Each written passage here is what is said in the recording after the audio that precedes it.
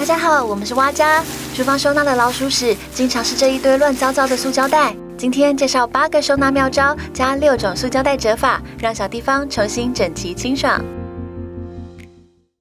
看下去之前，还没订阅的朋友，记得先订阅并开启小铃铛哦。第一个收纳法是利用空的卫生纸盒，将耐热袋一个一个套在保特瓶上，层层堆叠后再全部拿起来，向下压扁，放入纸盒，就可以像抽卫生纸一样取出耐热袋，回抽超顺手。也可以用漂亮的卫生纸套来装，放在厨房使用又美观，原先一团乱的样子都不见了。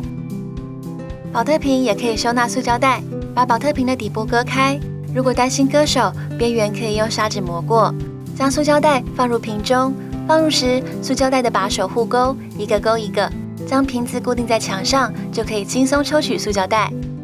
喝完的饮料杯可以回收再利用，这一堆塑胶袋先对折，把手的地方朝45度角对折，再将袋子卷成小卷，另一个塑胶袋接着卷下去，用相同方法将袋子卷成一大卷，放入饮料杯，盖上杯盖，从小孔将把手拉出，就可以顺利抽取塑胶袋，放在桌上也不会杂乱。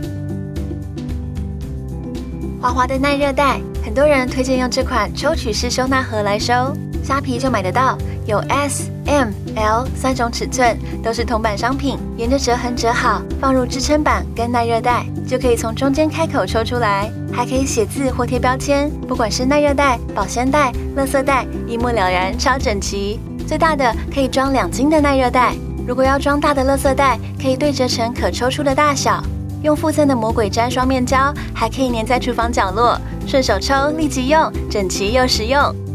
还有这款十字框收纳盒，尺寸更多了，但一样是铜板好物。长形可以装6两的耐热袋，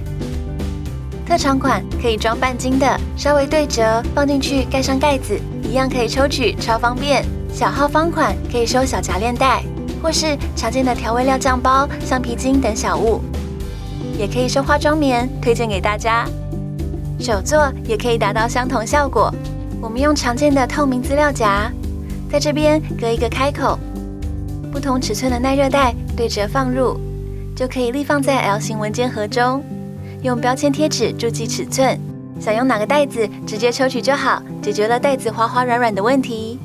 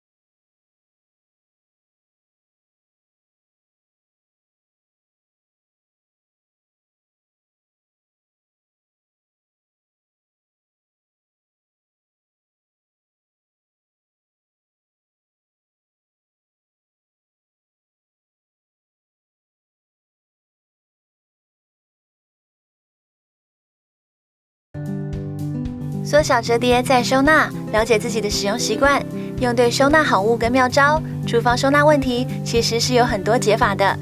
你家都怎么收纳塑胶袋呢？欢迎留言分享。更多收纳改造内容，快加入社团讨论吧！